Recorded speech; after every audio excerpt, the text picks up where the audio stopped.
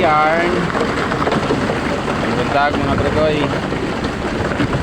Ano na po tao pili ng kabubos. Pat sa kulong sa panukutin. Nagpo tayo. Sa magpitro sa kalap ng bagaon. Ibali sa duwa tuloy. Ipat lima. Unang kahaligi nga ikuanan ni usar na palikod.